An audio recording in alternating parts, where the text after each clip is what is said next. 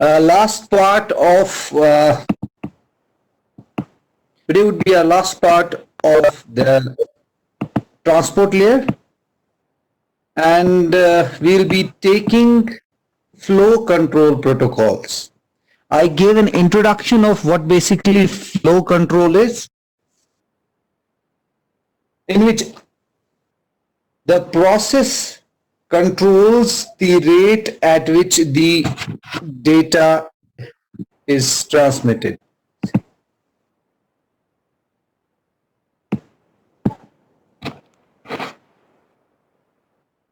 Okay, the process here controls the rate at which the data is exchanged between the two nodes. It also involves a feedback mechanism. I think I better put the video off, it might cause a lag. It involves a feedback mechanism. What is this feedback mechanism? It informs the source machine that destination's machine's ability, the ability of the destination machine to keep up with the current flow. Am I able to receive this flow or not? And in flow control, normally source node may not transmit frames until it receives a permission from the destination machine. Okay, please start sending. And we also discussed that we would require a balance between the two, between the sender and the receiver, which I mentioned as production and consumption rates. The faster the production, you can overwhelm the receiver. The slower it is, it will be less efficient. And what flow control deals with? The flow control has to deal with prevention of data items at the receiver end. Then we also discussed two things, that was pushing and pulling, in which pushing, whenever the sender sends the data without actually getting the permission. The second one was pulling, where the receiver requests the sender for the delivery of data items. Then we took the brief introduction about buffers.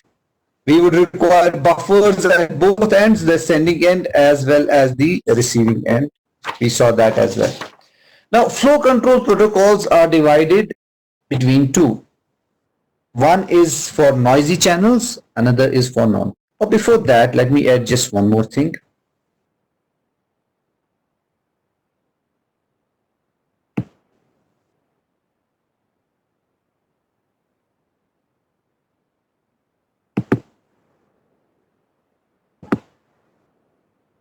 We have two things here. One is the sequence number.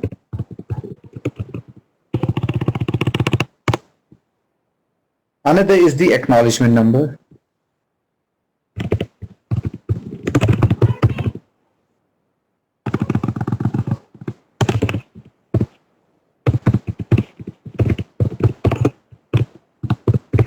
I have sent the notes for flow control in the Google Classroom for your reference. Let's first take the sequence number. Both of these, sequence number as well as acknowledgement number, we discussed when we took the segment structure, when we took the structure of the TCP header. Okay. Now, what is sequence number here? For error control, we require that the sending transport layer knows which packet is to be resent, and the receiving transport layer knows which packet is duplicate or which packet has arrived out of order. How can we know if packets are out of order? How can we know packets are duplicate? How can we know packet is to be resent? This all can be solved if packets are numbered. you give the numbering to the packets, packet 1, packet 2, packet 3, and so on. So this is where we give a number to the packet. If we have, let's say, this as a bigger segment, you have divided it into a number of segments, then you say this has a sequence number as 1, this has a sequence number as 2, this has a sequence number as 3, and so on. So this is where actually sequence number helps. You are numbering the packets. Now, once we have a sequence number and you send the data across, the receiving transport layer can also detect if there are duplicate packets or not. How? If it receives the sequence number 3 twice, it obviously means it's a same sequence number, it's a duplicate packet. How would you reorganize the packets? If this is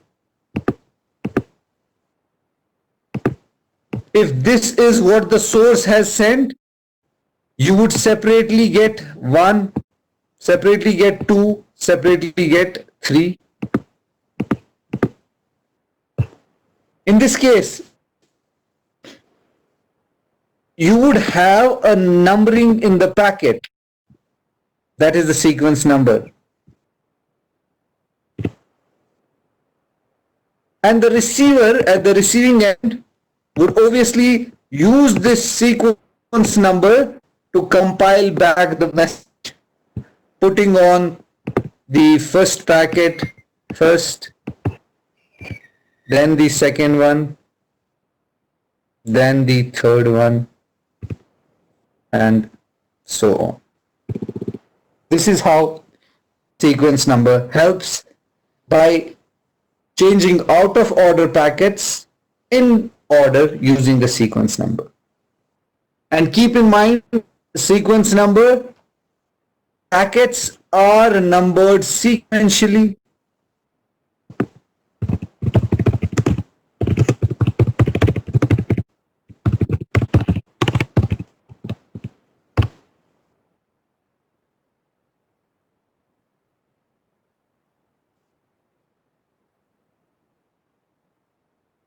All right. Since we have to, they are numbered sequentially. Since we have to, let me just. Since we have to, include the sequence number of each packet in the header, so there has to be some limit. What is the limit? If the header of the packet allows m bits for sequence number, we can have a sequence range here. How much would be the range of sequence number? So if header allows, let's say, m bits, for example, I'm thinking for sequence number, then range of sequence numbers will be starting from 0 to 2 to the power of m minus 1.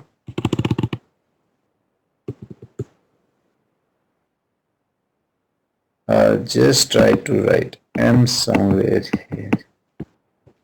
Oopsie, where did it go?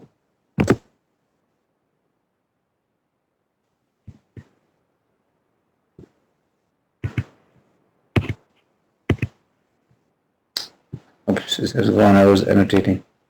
Anyhow, so in sequence number, I would have 2 to the power of m minus 0 to 2 to the power of m minus 1. That would be the range. The second part is acknowledgement number.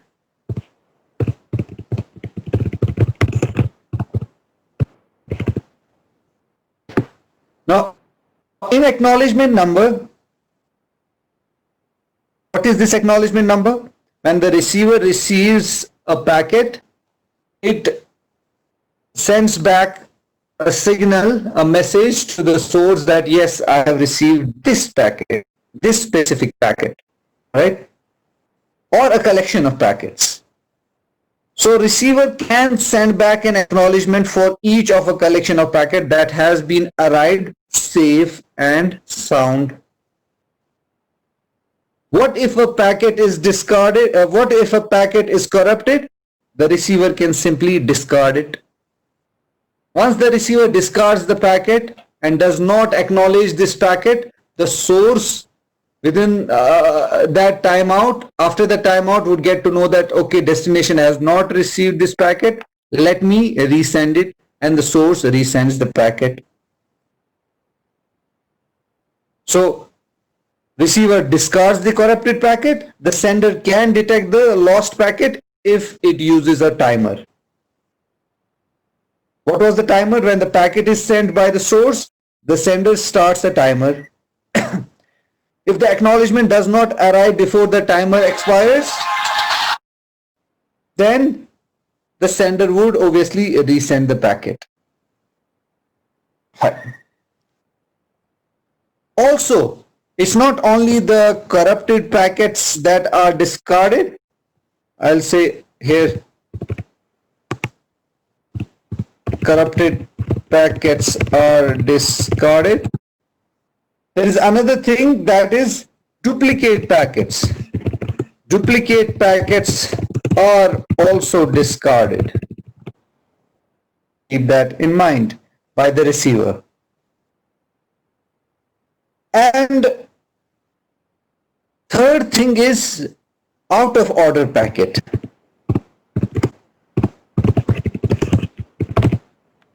In this case, in out of order packets, there can be two conditions.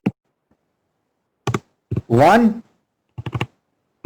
is if the receiver has a buffer, it stores until missing ones arrive.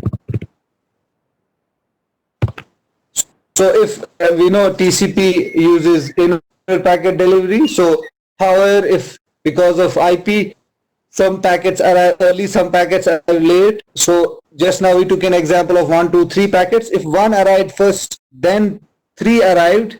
If the destination uses a buffer, the receiver can receive 1, keep the packet 3 in the buffer until 2 arrives. Once 2 arrives, it puts them in order and the message is back. So it does not need to discard it. However, if it doesn't use that buffer, it can simply discard. So it can be stored or discarded depending upon the receiver. So this is where we use the acknowledgement number so that we acknowledge back the packet that has been received. Now, coming to flow control protocols.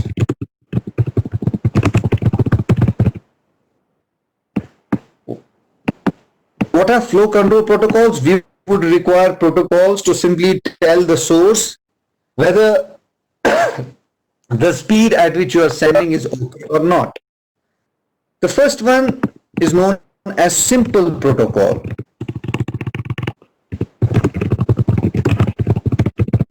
Actually, it's not protocol itself. This is a connectionless protocol with neither flow or error control. Now, what does this simple protocol say?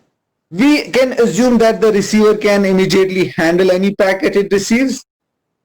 In other words, the receiver can never be overwhelmed with incoming packets. This is an assumption that we make in a simple protocol. So as such, it's not a flow control protocol either.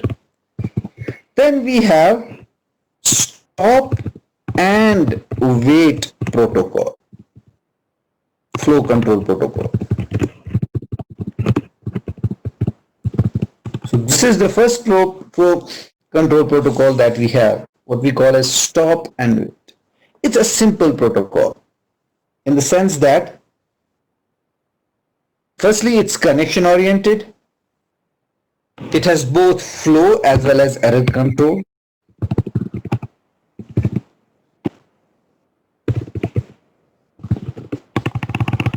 simple, connection oriented, flow and error control. It has both flow and error control.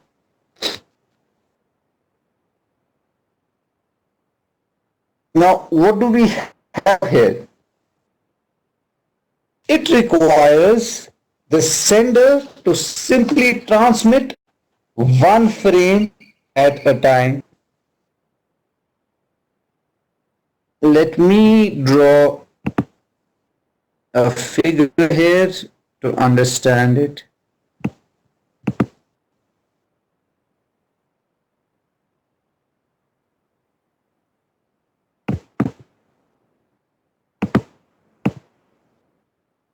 So this is our sender. This is our receiver.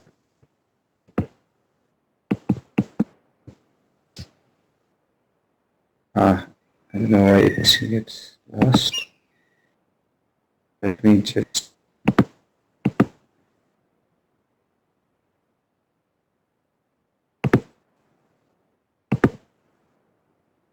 We have a sender here. And we have a receiver here. What does stop and wait say here?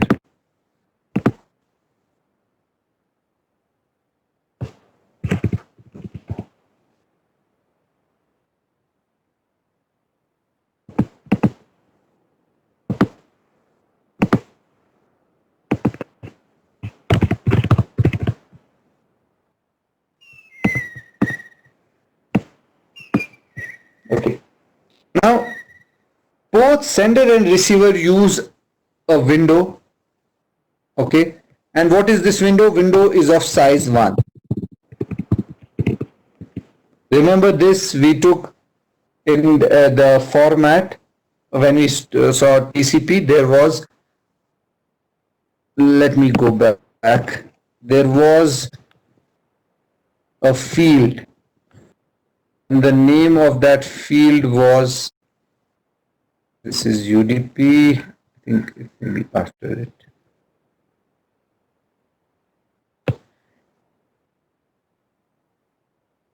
Here. See here. Flow control, receive window. Number of bytes receiver is willing to accept. So we have here a mention of the window size, how much it can actually accept.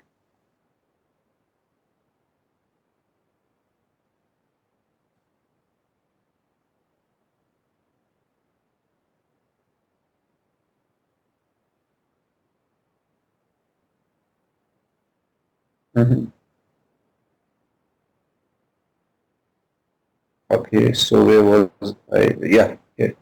So this is where we use this window size.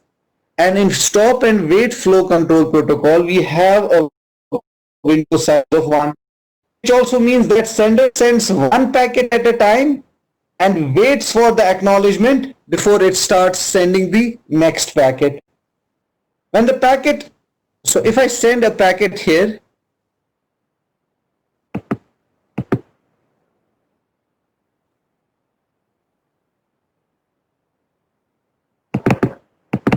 Raman, can you confirm what you are watching this time? What you are seeing in the display?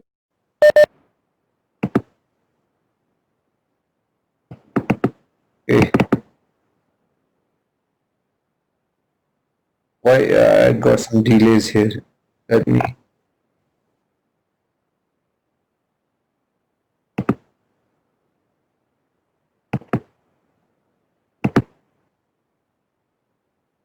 Okay, can you see flow control protocols now? Okay, fine. So in this case here, I will send a packet first. So this is my first packet. This is sent to the destination.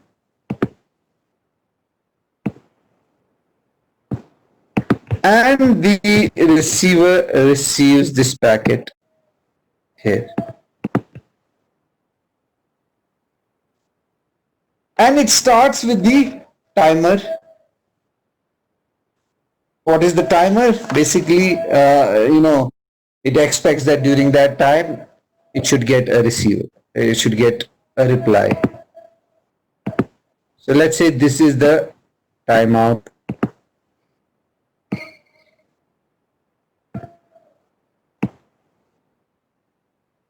This is the time. And when the receiver receives this, when the packet is received at the receiver side, it is checked. Obviously for errors and so on. It checks the checksum as well. If the checksum is incorrect, the packet is obviously corrupted, the packet is discarded. If the packet is discarded here, I will delete it. What would happen? Timeout would happen. And where is the timeout? Here you can see this is the timeout.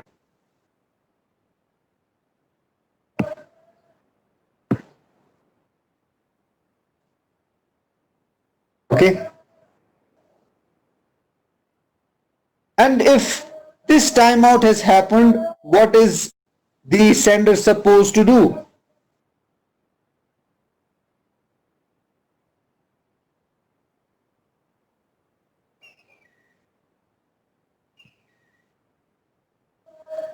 Sender is supposed to resend the packet.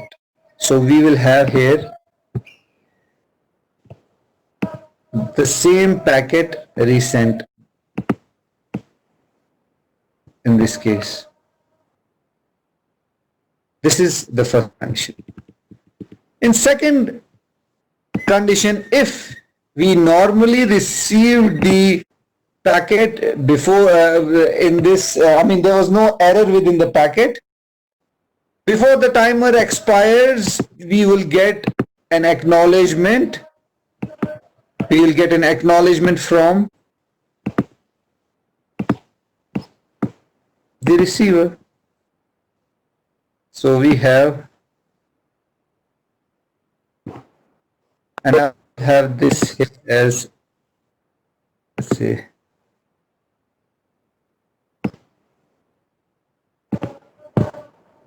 this one as acknowledgement. And the same acknowledgement is received by the sender.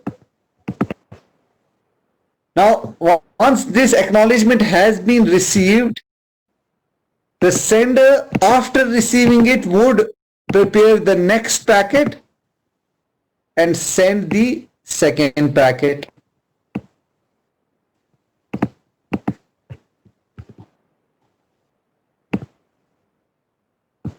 And this packet would be received by the destination, the second packet. And once this packet is received by the destination, it obviously sends the acknowledgement.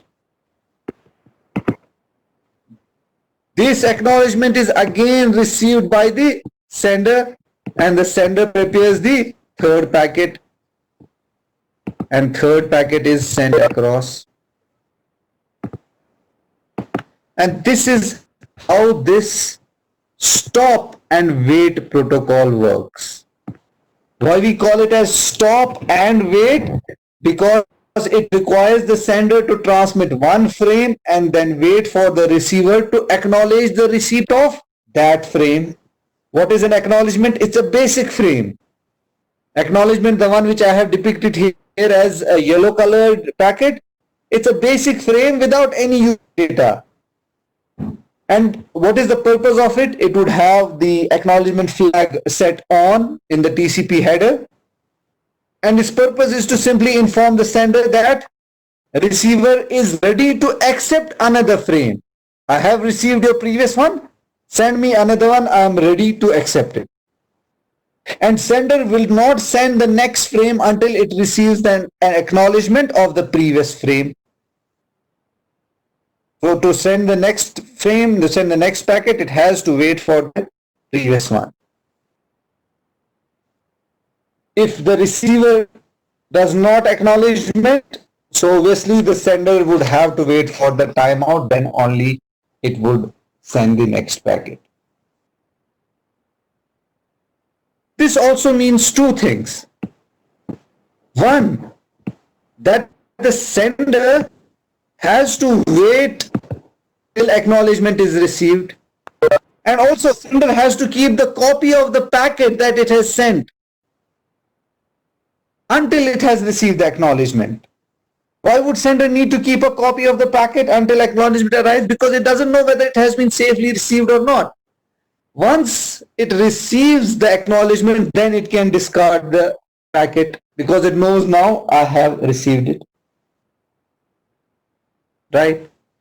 Also, the receiver has to ensure that it keeps the acknowledgement with it until it receives the next packet.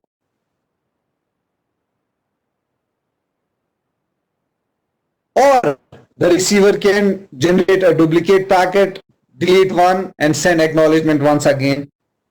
Once it knows that, okay, why it has sent another packet, maybe because the sender has not received its acknowledgement. So in all, we have only one packet and only one acknowledgement that can be in the channel at one time. Right? So bidirectional, but it uses actually, the channel is bidirectional, but it uses simplex transmission. Why is it simplex transmission here? Because data flows in one directional only. Send, wait for it, then you receive. Okay. So the problem is it's a simplex transmission, number one. And number two, it is ideal for transmitting large frames. Large frames are generally partitioned into smaller data units. Why? We have to accommodate the MTU and so on, and also we have to accommodate receivers limited buffer length, buffer size. Another reason for smaller packet size is it can help, it can facilitate in faster error detection. That's the help it is. And the third reason we have smaller packets rather than larger frame is that it can reduce the amount of data required for retransmission. So if a big packet is lost, the whole big packet is to be resent. But if this packet was sent as small chunks, only those small chunks are required to be resent. Keep these three things in mind. That problem with this flow control stop and wait, and it's ideal for transmitting large frames, large packets, large segments. But ideally, we do not transmit large frames. Why so? There are reasons for it. Let me just write them here. The first reason that we have, why don't we generally say, because we have to take care of receivers limited buffer size. That's why we break it. Small size means faster error detection, and also small size means reduce the amount of data required for retransmission. Fine.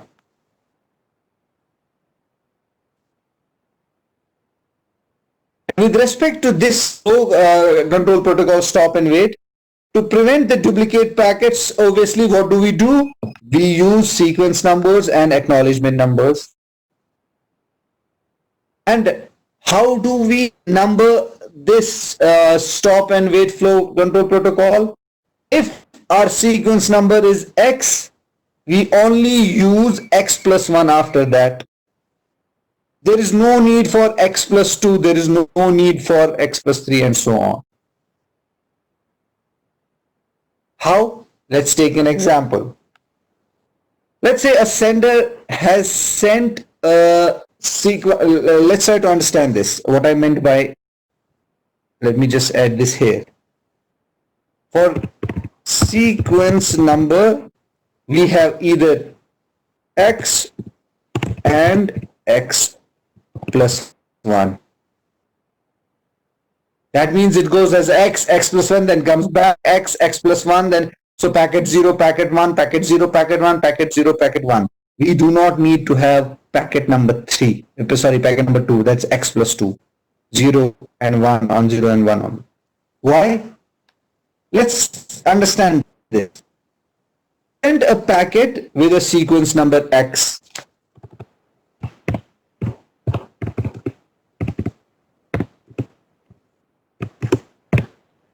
Fine. The packet has arrived safe and sound here. Well, let me just put it here. I think it's better. So I have here sequence as x. And the packet x has arrived at the receiver.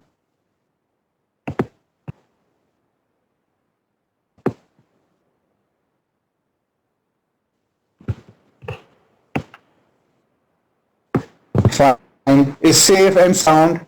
What does the receiver do? Receiver sends an acknowledgement number.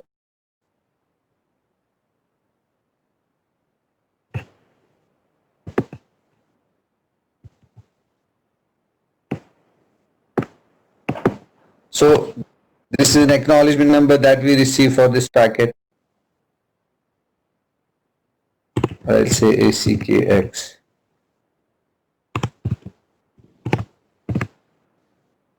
This is an acknowledgement for the packet X. This was received by the receiver here. Okay. If it was not received, the sender would send this packet number X once again after the timeout. Again, in this case, once the receiver receives it, it would send the acknowledgement.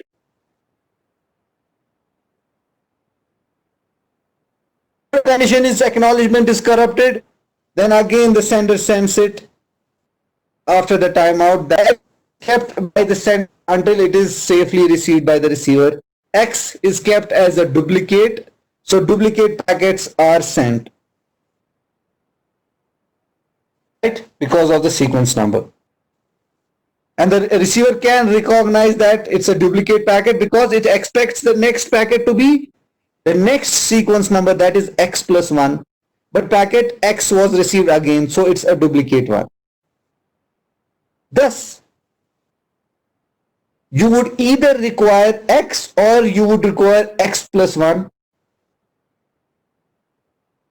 Because the receiver can have either safe delivery of packet and safe delivery of acknowledgement, or it has corrupted delivery of packet, no acknowledgement is sent. And the third condition is safe delivery of packet but corrupted acknowledgement or lost acknowledgement. Now, there is a need for sequence number X and X plus 1 because receiver has to distinguish between number 1, that is either it has been received safely, or number 3, in which acknowledgement is corrupt. There is no need for a packet to be numbered X plus 2 here.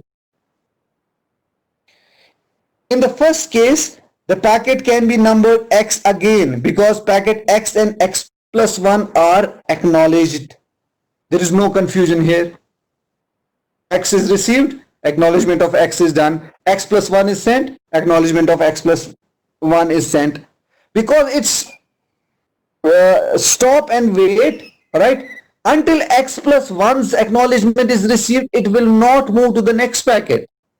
Once X plus 1's acknowledgement is received, then only it will move to X once again. In this case, what is this third step? X, X plus 1 and then X. X is packet number 3.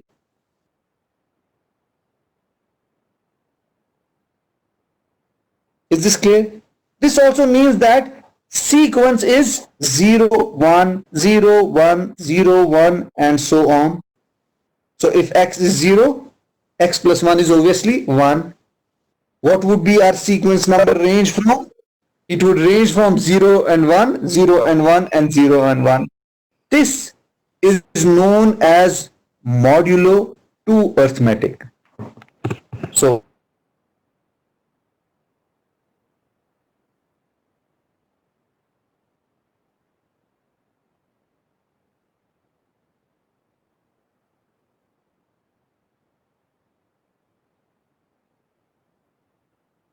0, 1 and so on. This would be how it would range.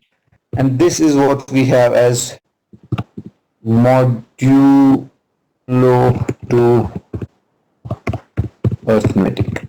Modulo to arithmetic.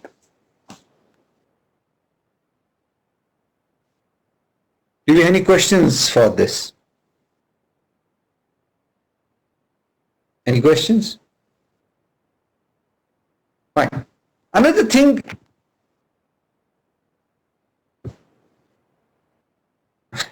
okay, I have a question here. Is it simplex or half duplex? Marine asks it. Right. For the answer for this question, it uses simplex transmission. Even though the channel can be bidirectional here, but it uses simplex transmission. Why? Data flows in one direction only at a time. You sent it, then you then you wait for reception of the acknowledgement. So it is a simplex data transmission for stop and wait. All right. So another thing here, X plus 1 we did for the sequence number. How about the acknowledgement number?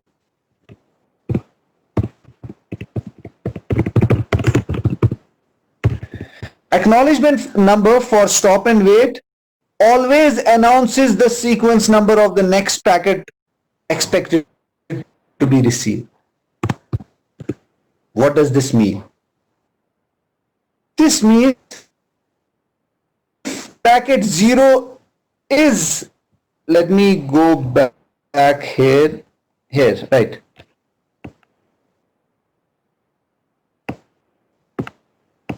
Let's have a look here. If packet X, which is supposed to be, let's say, packet 0,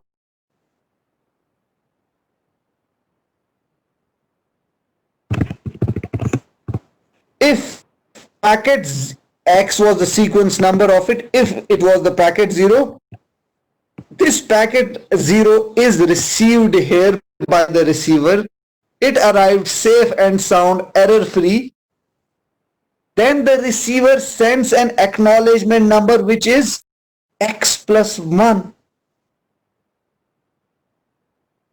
So X acknowledgement here is X plus 1. What does that mean? Packet number is 0. Acknowledgement number is equal to 0 plus 1. That is 1.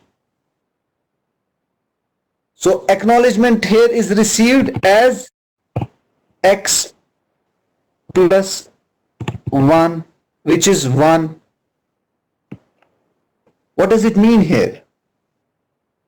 It means that the receiver sends an acknowledgement saying that I expect packet number 1 to be sent next. Do you get it? If packet 0 is sent, it doesn't say in simple English, it doesn't say I have received packet number 0, even though it means to say that I have received packet number 0. It says I am now expecting packet number 1. So acknowledgement number is sequence number plus 1. Keep that in mind. It's an important thing that you have to remember here. And what is the acknowledgement for packet 1? Now in this case, if this is packet 1, so this is, let's say, packet number 1 now sent. And what is the value of the sequence number? Obviously X plus 1, because it ranges between X and X plus 1 only. So I have here X plus 1. That is supposed to be packet number 1. Now in this case, if this X plus 1 is arrived safe and sound, that is here, what do we expect the acknowledgement to be now? Anybody?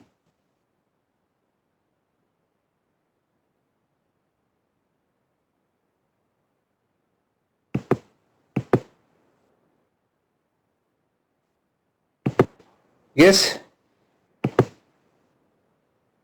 we would expect an acknowledgement here for packet number 1 to be X, or simply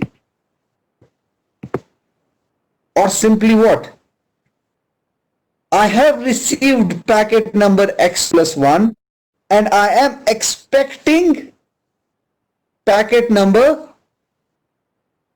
X to be sent because it ranges between 0 and 1 and 0 and 1. 0 received, send me 1.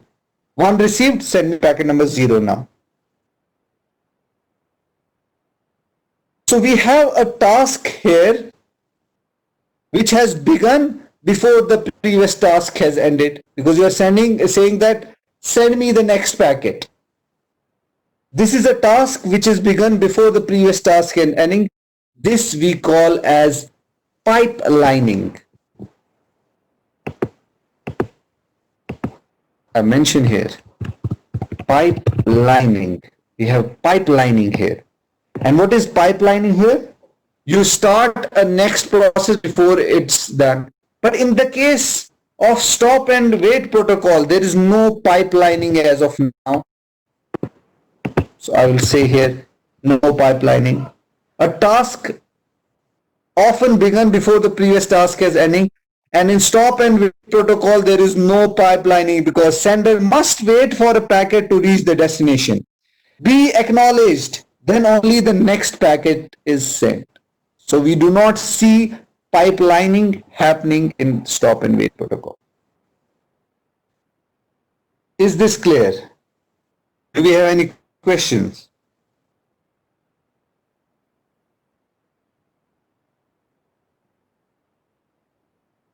Any questions? No, then we move to the next protocol, which we call as go back N protocol.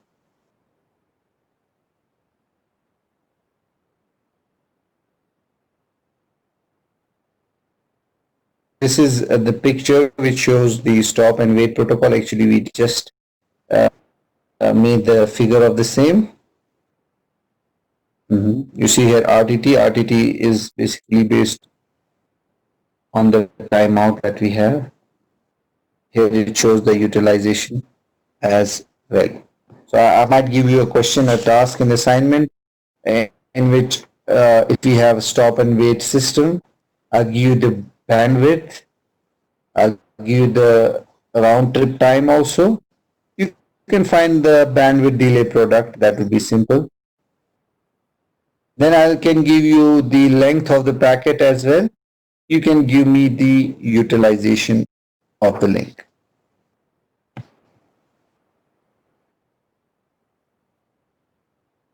So we saw that certain disadvantages like simplex transmission, it's only ideal for transmitting large frames, but we don't actually transmit large frames there.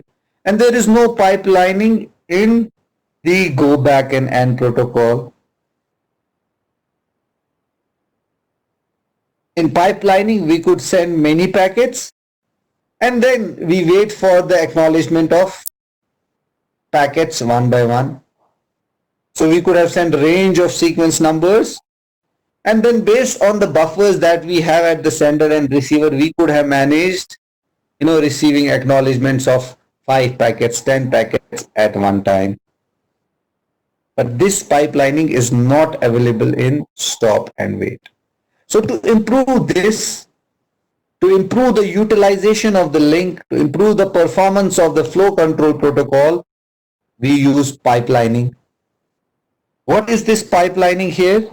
You send a certain number of packets, like here we have shown you three lines, three color, this in yellow, in blue color. Okay, and after sending these 3, we expect acknowledgement of each. So they can be acknowledgement given one by one. There can be a cumulative acknowledgement.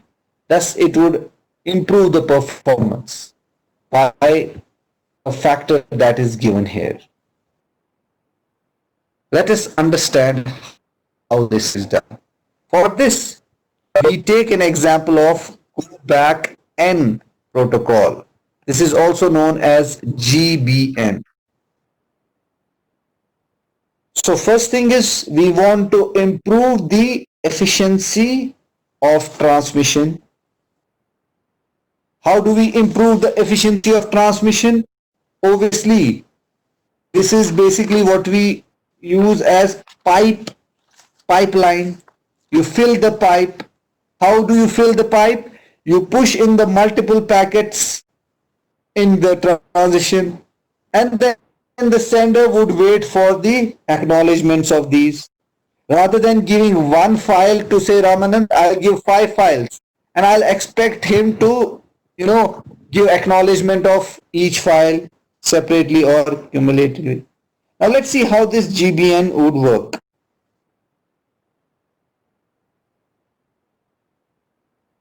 So we do pipelining here, we fill the pipe. Multiple packets are sent in transmission, and what is the sender doing now? It's waiting for its acknowledgement. So it's an enhancement of stop and wait protocol by improving the data flow. How? The receiver informs the sender that I have this much of buffer space available. This enables the sender to transmit that many packets continuously. So if it says that, okay, my buffer capacity is 10 packets, I can have 10 packets at a time. So you can inform the sender that send me 10 packets. So sender transmits these 10 frames continuously without having to wait for the acknowledgement of each one by one.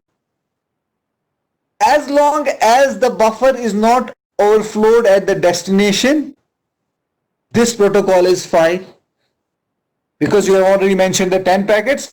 So you send these 10 packets, you are not overwhelming the receiver. Also, sender sends sequentially.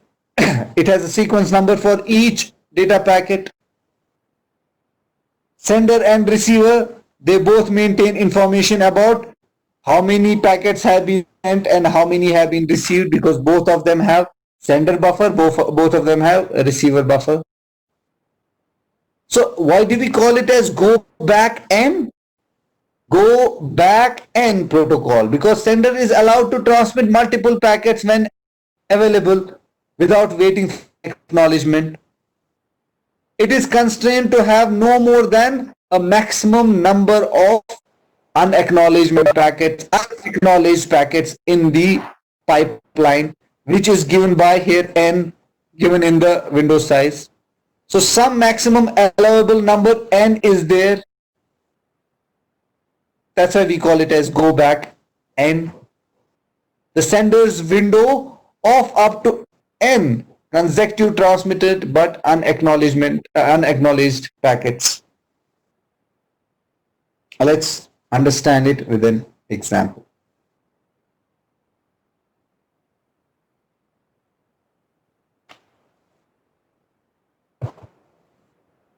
Here. Or before this, let's understand the sequence number. Let's understand the acknowledgement number that we did previously as well. The sequence number is again the modulo 2 arithmetic, 2 to the power of m, where m is the size of sequence number field in bits. This was similar to the previous protocol. Now acknowledgement number here, keep this in mind. The acknowledgement number here in this protocol is cumulative. I would write here.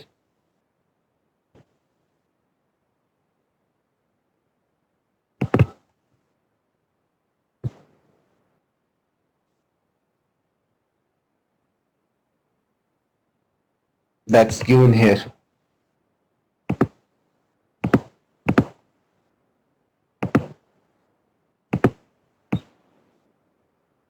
Cumulative acknowledgement we have here.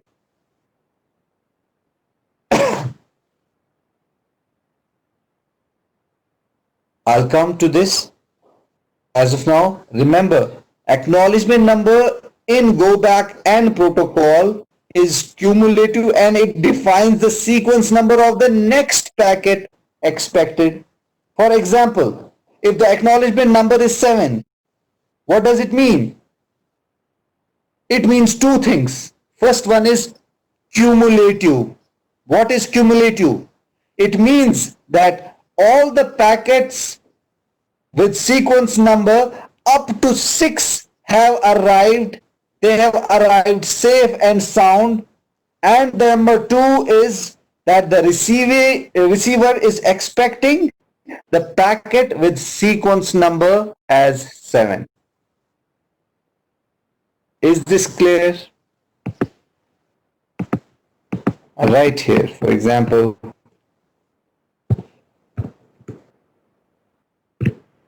acknowledgement number 7. So sequence number, we had numbers up to 2m minus 1, 0 to 2m minus 1. That is simple to understand. Start 1, 2, 3, 4, 5, 6, 7 and go up to 2m plus 2m minus 1. What is the m? M is the size of the sequence number field in bits, which we saw in TCP header segment field. That was field in the TCP segment structure. Now, once you have sent some packets here, obviously it's a pipeline. You send that many number of packets that the receiver can receive. Let's say you send 10, because 10 is the capacity of the receiver. Now, this thing is important here. What is acknowledgement here? We have a cumulative acknowledgement number. And what is this 7? If the receiver sends 7 back to the sender, this means two things. One, that all the packets up to sequence number 6 have been received, they have been error checked, they have been received safe and sound. And now I am expecting the sender to send the packet with sequence number 7. I'm expecting the sender to send the packet with sequence number 7. This is what we have, cumulative acknowledgement within go back and send. Is this clear?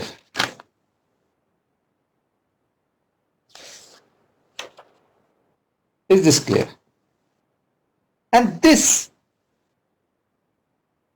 is referred to as sliding window flow protocol. Sliding window. Why do we have the sliding window here? What is this sliding window here? That's the next thing I'll be explaining to you. We have a window here which we call as a send window. Okay. You see, this is the picture that we have.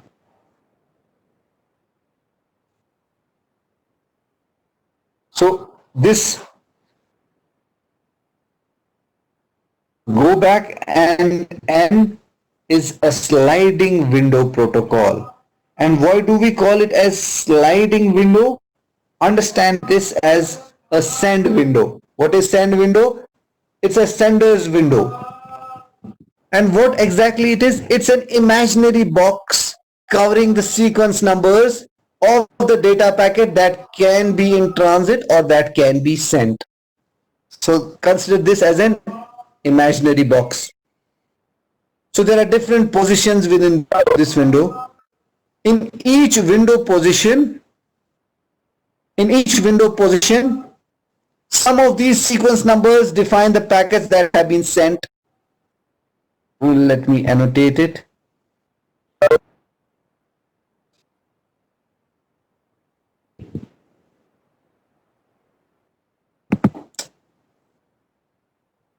Okay. So let's start from here.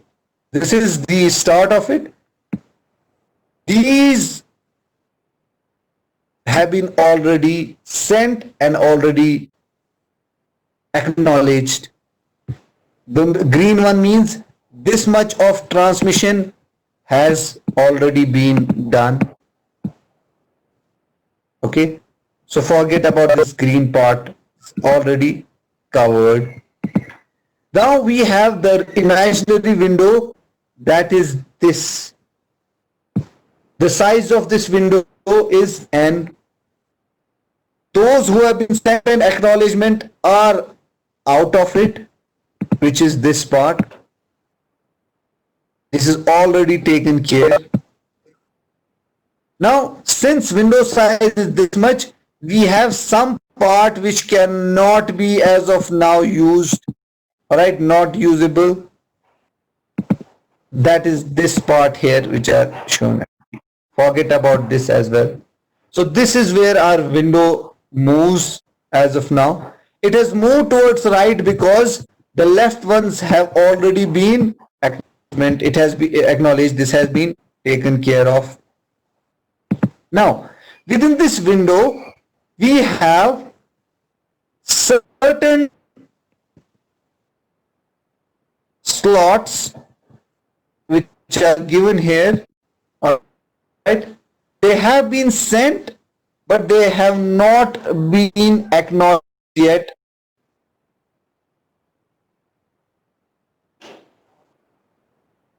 The yellow ones are sent, but have not been acknowledged yet.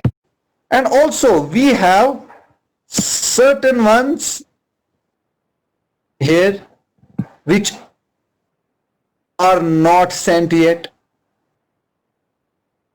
Now what would happen here?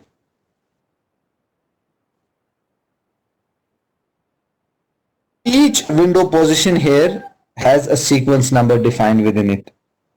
Some are sent, already done, already acknowledged, taken out. But those who are sent or cannot be sent, whose acknowledge is not received, are kept within this window, and the size of the window here is given n. And what is the maximum size of the window here? Again, it's 2 to the power of m minus 1. Why? Because this is the maximum size that we have of the sequence number. This is the modulo 2 arithmetic. M is the size of the sequence number field in bits. Okay. We can have a fixed size of window like n here. It can be set to a maximum value, that is the maximum size we can have of the window. It can be that way as well. Some protocols may have a variable window size as well. We'll come to that as well. So let's say a window m equal to 3, we'll have a window size of 7. Okay. Now what do we expect within that 7? We'll have 7 different, let me just try to make it here.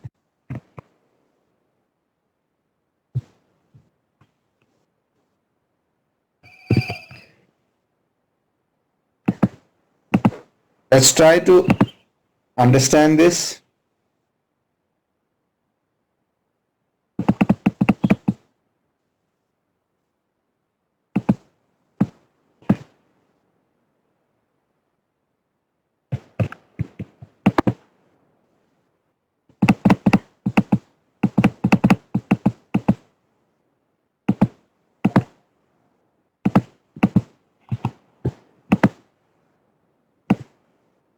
Okay, so let's keep it from here. I have 0.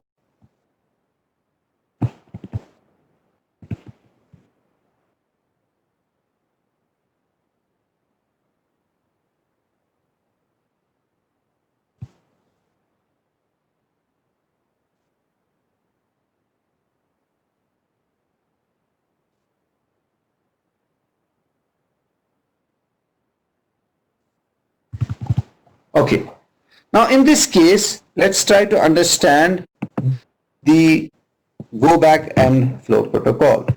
I have the send window send window is from here to here.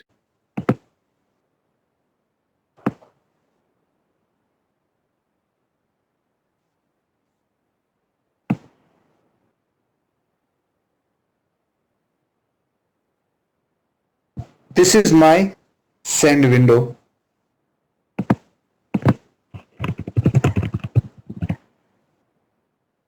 This is the size of the send window that I have. Let's say window size is of 7 when I took m equal to 3. What are the packets that have been sent till now here, denoted by the green ones? These packets have been sent, these have been acknowledged, and these we are not concerned.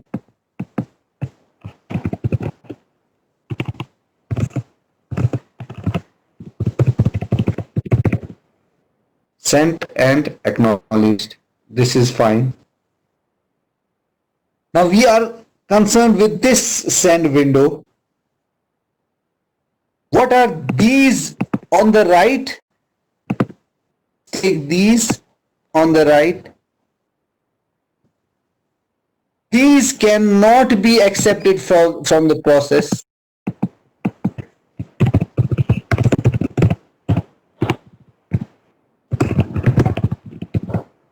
As of now, we cannot take them. So our main concern is the send window here. Let's say out of these, we have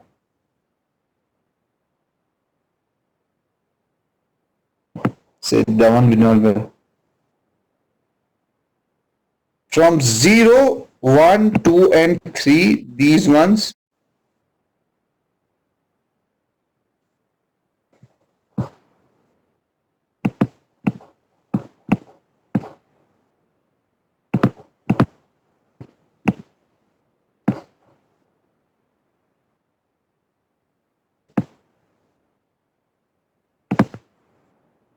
Okay, these 0, 1, 2, and 3.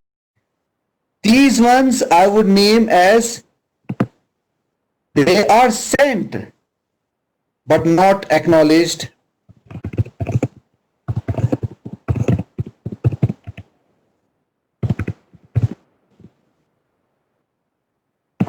Fine.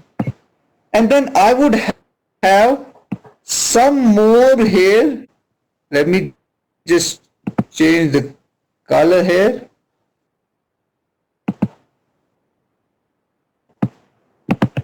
This is given by 4, 5, 6. These can be sent when accepted from the process, or these are the next to be sent.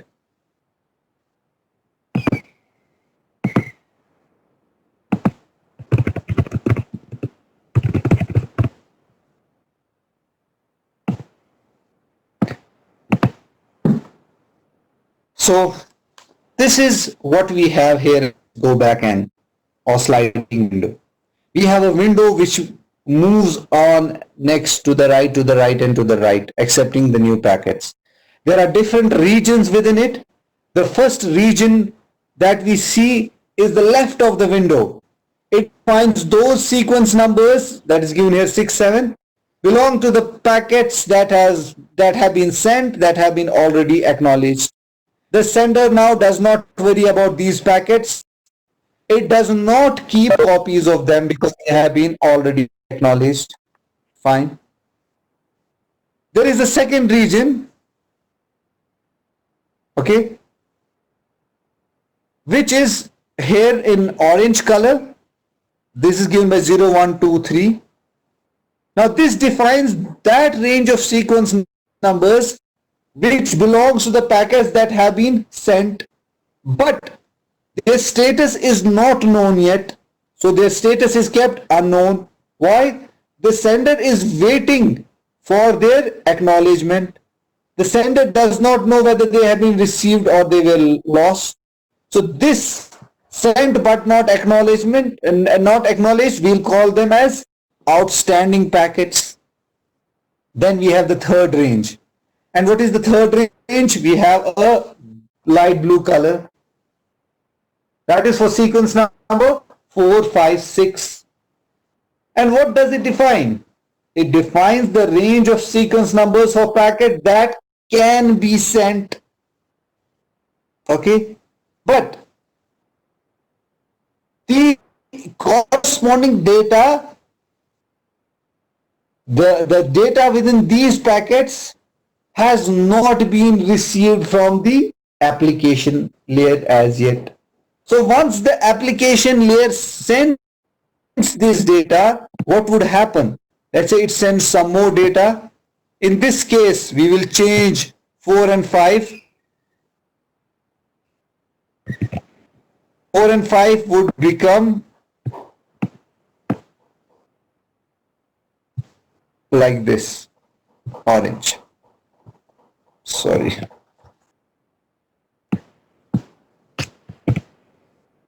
So in this case, if the application layer sends more data, it can be sent because there is certain space in the send window which has not been utilized yet. So this would happen. 4 and 5 would also be gone. And the acknowledgement of 0 and 1 is received, the 0 and 1 would change back to blue. What would happen to send window here? The send window in this case would move like this. See this? All right. We would have this green block also moved. So these many are sent and acknowledged. Send window moved towards the right. This also means that there are some more spaces here which can be accepted. So I would move this red also towards right, the one which cannot be accepted. We have some more space here. This is what we mean by a sliding window. The window would keep on moving or sliding once we get acknowledgements, right? Once we get more data, it will fill it. Okay. But if 6, 7 and this 0 is also given, the data of these 3 is given already, then what would happen in this case? It will not move the window until and unless you get the reply from the previous ones.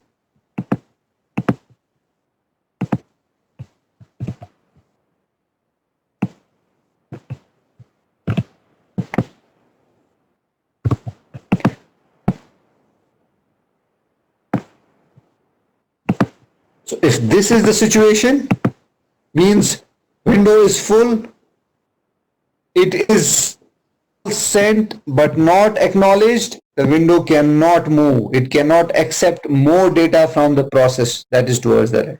It will only move if 2, 3, 4 and so on gets acknowledged and so on.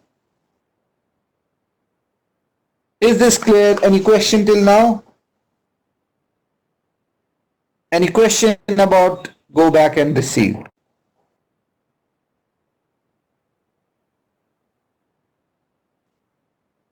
Now in this case we have to discuss the receive window as well. So what about receive window?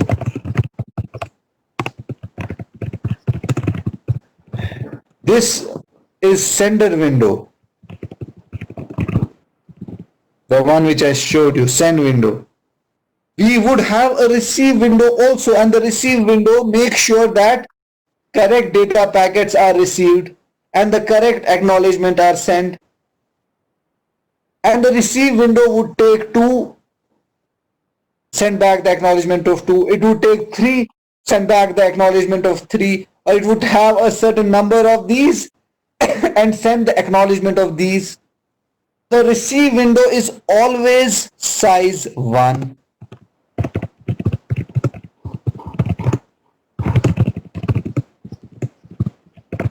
Why?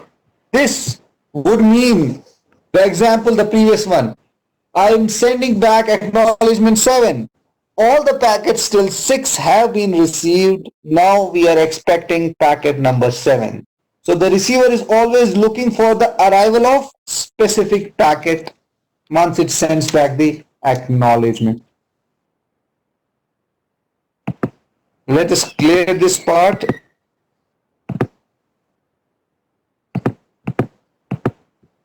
And we see one of the figures that shows this in action. This is the receiver, which it says the receiver is single window, it moves on.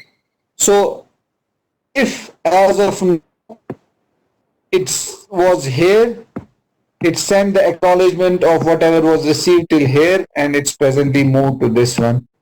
So the receiver window would only be of size 1 in sliding window protocol or in go back N flow control protocol.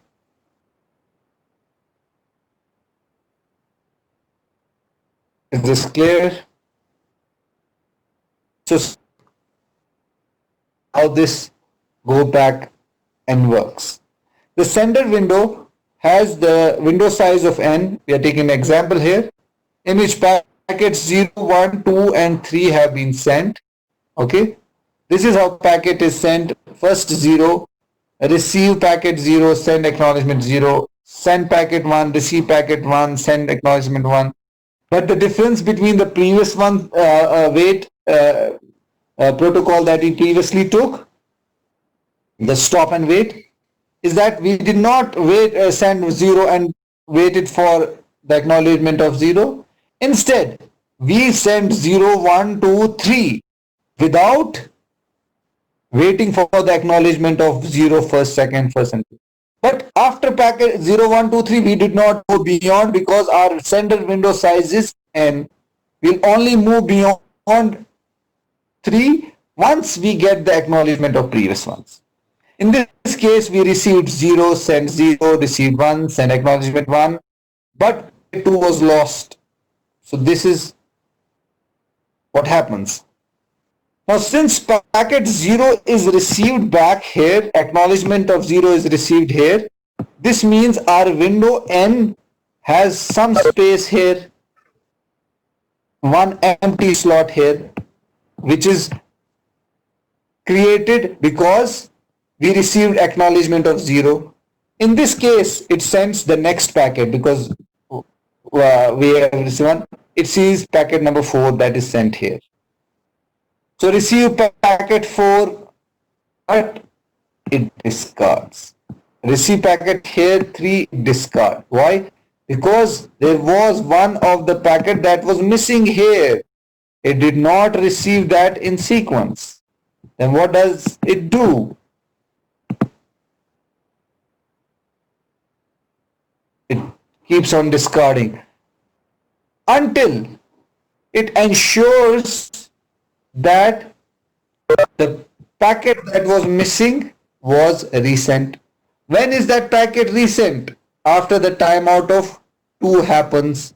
After the timeout of 2 happened, this packet was resent. We sent 3, 4, 5 once again. This is how the go back and works. The next protocol that we have is selective repeat. I think we would take that in our next class. Do we have any questions till now? Yes, Raman. No questions? Then we are left with selective repeat only. SR, we'll do it in the next class and we'll be done with flow control. No questions? Then I'll be ending the class. All right, I'll see you in the next class. Goodbye, everybody.